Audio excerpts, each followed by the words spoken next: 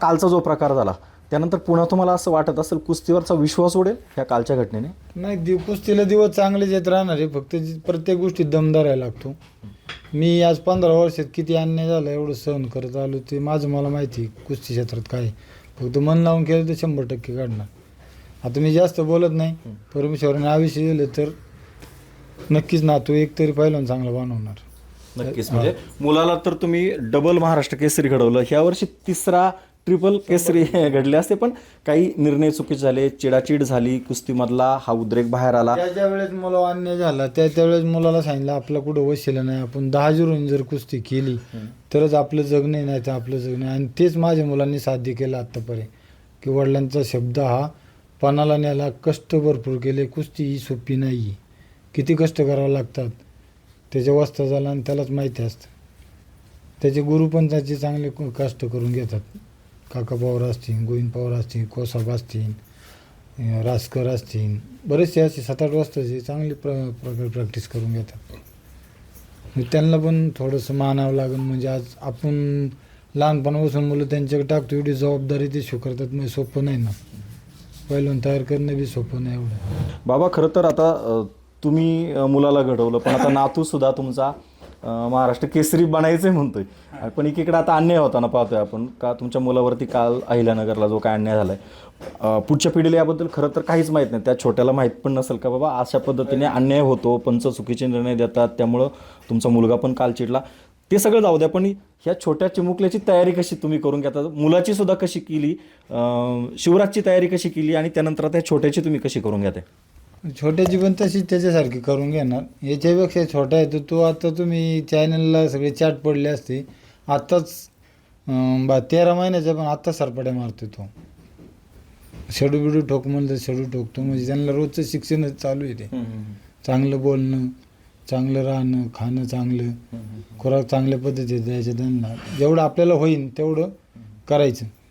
म्हणायचं नाही का आपल्याला काही शिल्लक राहील, हा विशेष नसतो माझ्या, फक्त नावासाठी काहीतरी करून दाखवायचं. एकीकडं आपण हा सगळा आहाराची पण प्रॅक्टिस करत असतो, तब्येत चांगली घडली पाहिजे, पण दुसरीकडे मात्र वैचारिक भूकसुद्धा भागली पाहिजे. तो विचार किंवा वैचारिक भूक भागण्यासाठी त्याचं पाठांतर सुद्धा चांगलं आहे, जो हनुमान स्तोत्र वगैरे म्हणतोय. काय काय येतं त्याला? हनुमान स्तोत्र म्हणतो, हरिपाठ बी म्हणतो थोडा थोडा. आपण त्याच्याकडनं हनुमान स्तोत्र म्हणून घेऊया. आम्हाला तुझ्या आवाजात एकदा हनुमान स्तोत्र म्हणून दाखव.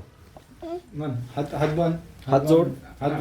श्री गुरुजनांना सर्व जनी जवान मकर साई बन लोगुर वैना जसो जदेव खुबल जाडी बुद्धि नंतर जाणगी सुनियो पमन को मान बल विद्या विद्या देव हर उकले शिवकार जे हनुमान ज्ञान सागर जी कपिंदी लको जग रामदूत बलदामा अंजन पुत्र सुनामा महाबीनी कंब जंगी कुंतीना समुद्र संजी कंचन बलबल राज पैसा कांड कुंड कुंजी देदा हाथ वज्र बजा विराजे गांडी मुद्र ने उसार शंकर तुम केसरी नंदन देव जब ताकर माय बंद विद्या बाणिक विनी चातुर राम दाच गण वेको आतुर भगवचन सो वेको दश राम सचतामन बसे असपुत्र उद्धर श्री दिगा विक्रम उदय लंगल लावा भीमन उतगए सरकार रामचंद्र के काज वाले लाए संजीवन लखन जा शिव श्री लग जावे भूत पिशाच कटने महावीर नाम आवे दासे रोग रस बीरा जब तनंतर हनुमत बीरा जय जय जय हनुमान छुड़ावे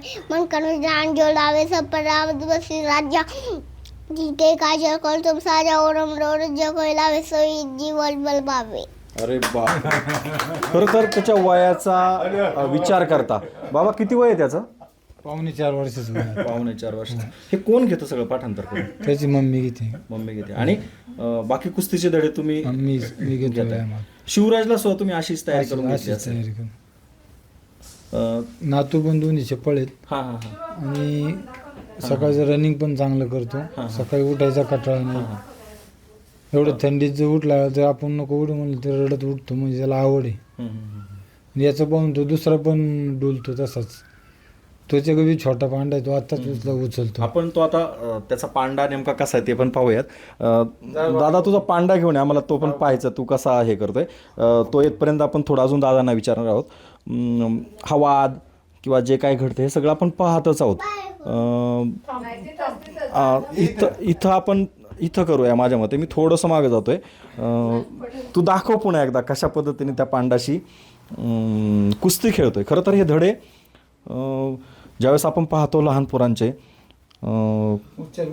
कुस्ती खेळण्यासाठी खरं तर त्याचं वय नाही हे, म्हणजे पण आजोबांनी आणि चुलत्यांनी जे काही त्याला शिकवलंय असं वेगवेगळ्या प्रकारे आणि अगदी छोट्याशा जागेत, म्हणजे याच्यासाठी कुठे मोठी तालीम नाही आहे किंवा नाही. मोठ्या मुलाला जरी त्यांनी कुस्तीच्या तालमीमध्ये नेलं असेल, स्वतःसुद्धा त्यांनी एक वेगळ्या प्रकारची तयारी केली असेल, पण हा छोटासा 4.5 वर्षाचा मुलगा, 4.5 वर्षाचा मुलगा तो अशा पद्धतीने पांडाबरोबर तयारी करतोय. आणि आजोबांनी नक्कीच त्याला वेगवेगळे धडे दिलेले आहेत. आईने त्याला पाठांतर करून घेतलं आहे, जे बजरंगबली जी देवता आहे आपली शक्तीची देवता, आणि कुस्तीगिरांचं ते खरं तर खूप मोठं एक आराध्य दैवत आहे.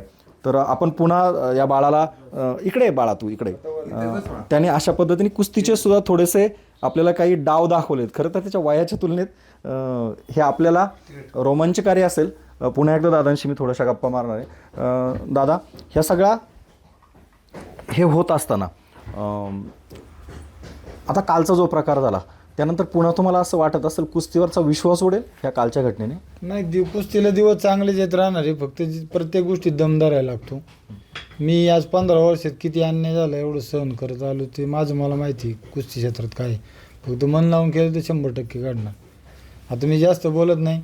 परमेश्वराने आयुष्य दिलं तर नक्कीच नातू एक तरी पहिला चांगला बनवणार.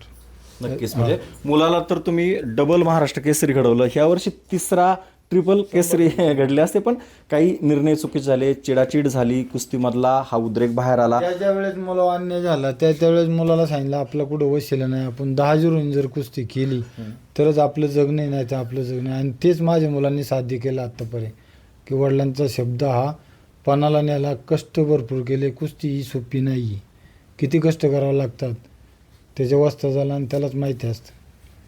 त्याचे गुरु पण त्याचे चांगले कष्ट करून घेतात. काका पवार असतील, गोविंद पवार असतील, कोसाब असतील, रासकर असतील, बरेचसे असे 7-8 वाजताचे चांगले प्रकारे प्रॅक्टिस करून घेतात.